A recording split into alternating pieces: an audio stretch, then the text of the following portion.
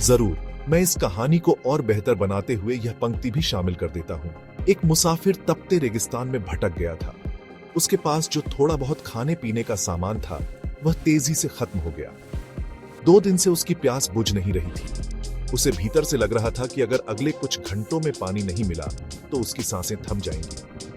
पर कहीं ना कहीं उसे ईश्वर पर यकीन था कि कुछ न कुछ चमत्कार तो जरूर होगा और उसे पानी मिल जाएगा। फिर भी उसके मन में उम्मीद की एक किरण बची हुई थी। तभी दूर उसे एक छोटी सी झोपड़ी दिखाई दी। उसे अपनी आंखों पर विश्वास नहीं हुआ। पहले भी वह मरीचिका और धोखे के कारण ठगा जा चुका था, लेकिन अब उसके पास विश्वास करने के सिवा कोई और रास्ता भी तो नहीं था। आखिरकार यह उसकी आखिरी उम्मीद थी। अपनी बची हुई ताकत समेटकर वह झोपड़ी की ओर बढ़ने लगा। जैसे जैसे वह नजदीक पहुंचता गया, उसकी उम्मीद बढ़ती गई और इस बार किस्मत भी उस पर मेहरबान थी। सचमुच वहां एक झोपड़ी खड़ी थी। लेकिन यह क्या? झोपड़ी तो बिल्कुल सुनसान पड़ी थी। ऐसा लग रहा था जैसे बरसों से वहां कोई इंसान न आया हो। फिर भी पानी की आस में वह व्यक्ति झोपड़ी के अंदर दाखिल हुआ। अंदर का नजारा देखकर उसे अपनी आंखों पर यकीन नहीं हुआ। वहां एक हैंडपंप लगा हुआ था। उस व्यक्ति में एक नई ऊर्जा का संचार हो गया। पानी की एक एक बूंद के लिए तरसता हुआ वह तेजी से हैंडपंप चलाने लगा। लेकिन हैंडपंप तो कब का सूख चुका था। वह व्यक्ति निराश हो गया। उसे लगा कि अब उसे मौत से कोई नहीं बचा सकता। वह बेदम होकर जमीन पर गिर पड़ा। तभी उसकी नजर झोपड़ी की छत से लटकी एक पानी से भरी बोतल पर पड़ी। वह किसी तरह रेंगता हुआ उसकी तरफ बढ़ा और उसे खोलकर पीने ही वाला था कि तभी उसे बोतल पर चिपका एक कागज दिखाई दिया। उस पर लिखा था, इस पानी का इस्तेमाल हैंडपंप चलाने के लिए करो और बोतल को वापस भरकर रखना मत भूलना। यह एक अजीब दुविधा थी। उस व्यक्ति को समझ नहीं आ रहा था कि वह पानी पिए या उसे हैंडपंप में डालकर चालू करे। उसके मन में कई सवाल उठने लगे। अगर पानी डालने पर भी पंप नहीं चला तो? अगर यहां लिखी बात झूठी हुई तो?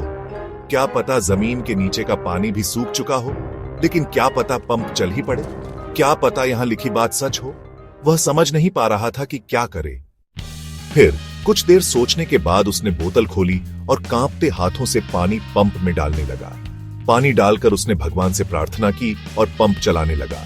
1, 2, 3 और हैंडपंप से ठंडा ठंडा पानी निकलने लगा।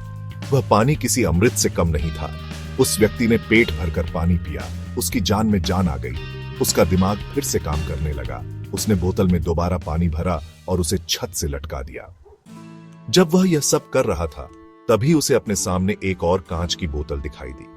खोलने पर उसमें एक पेंसिल और एक नक्शा पड़ा हुआ था, जिसमें रेगिस्तान से बाहर निकलने का रास्ता दिखाया गया था।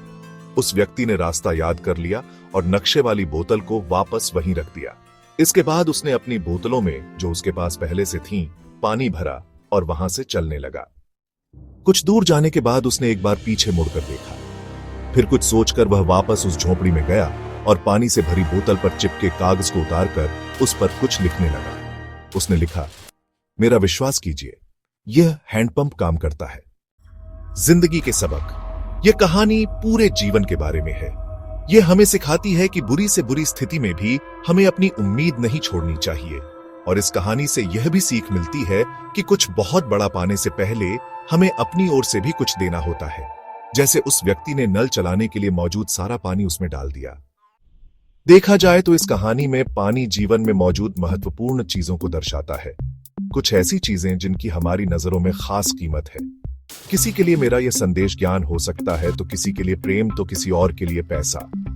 यह जो कुछ भी है, उसे पाने के लिए पहले हमें अपनी तरफ से उसे कर्म रूपी हैंडपंप में डालना होता है और फिर बदले में आप अपने योगदान से कहीं ज्यादा मात्रा में उसे वापस पाते हैं।